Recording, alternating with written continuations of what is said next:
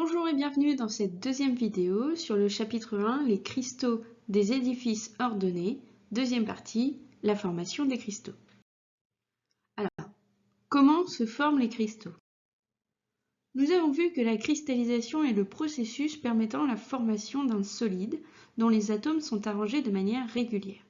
Il existe différentes modalités expliquant ces arrangements.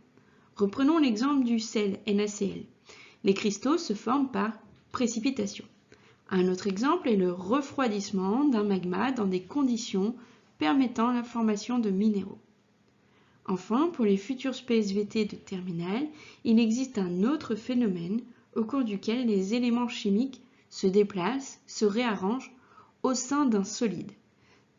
Ce phénomène est appelé métamorphisme et nous n'en parlerons pas dans cette vidéo.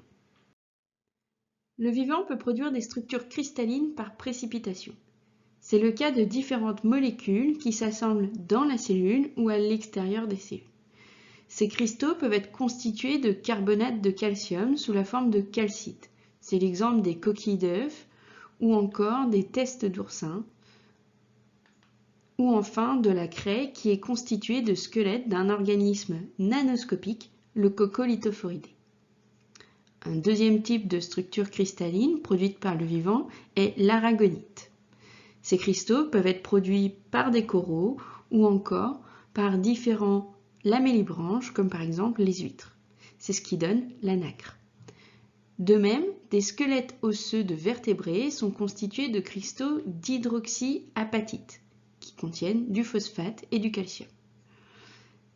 Les cellules végétales contiennent des raphides, structures impliquées dans la défense contre les phytophages, c'est-à-dire les organismes qui mangent des végétaux, qui sont principalement constitués d'oxalate de calcium.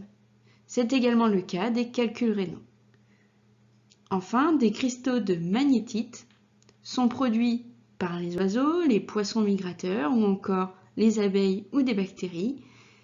Ces cristaux de magnétite leur permettraient de s'orienter grâce au champ magnétique terrestre. Pour finir, on note bien que tous ces cristaux peuvent se former naturellement, y compris en l'absence de l'action du vivant. On note que certains êtres vivants accumulent de la matière minérale sans que cette matière soit organisée sous la forme de cristaux.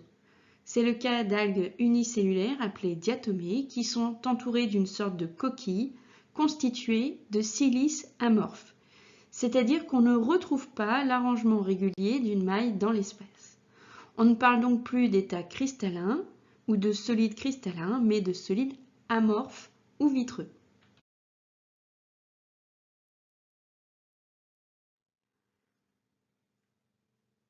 Nous avons vu la précipitation qui peut être réalisée par des organismes vivants. Maintenant, on peut se poser la question, comment les phénomènes géologiques participent-ils à la formation de cristaux? Le verre est un autre exemple de solide amorphe. On peut y trouver des arrangements plus ou moins réguliers d'atomes à l'échelle de quelques nanomètres ou micromètres, mais cette répartition n'est pas aussi régulière à plus grande échelle spatiale. C'est un peu le contraire de l'état cristallin. Le verre se forme par refroidissement rapide d'un liquide. Il ne contient pas de cristaux car le refroidissement rapide limite la formation et la croissance des cristaux. À l'état naturel, il est possible de trouver du verre. L'exemple le plus marquant est le cas de l'obsidienne, une roche noire, vitreuse, brillante, à cassure lisse. En fait, c'est une roche magmatique volcanique. Mais qu'est-ce que c'est que ce type de roche?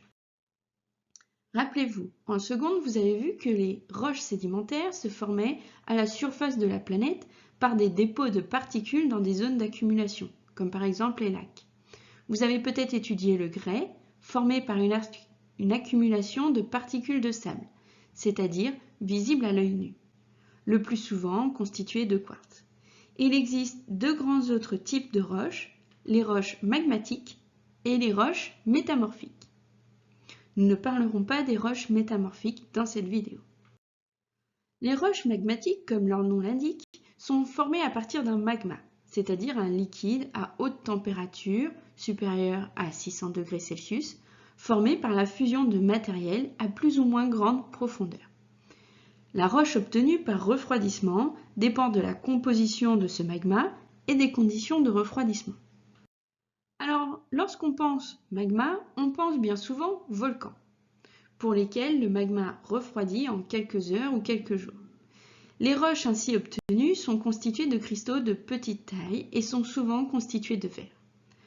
Or, les roches formées par les volcans en surface ne représentent qu'une partie des roches magmatiques. Il y a aussi des roches magmatiques volcaniques formées dans les fonds océaniques.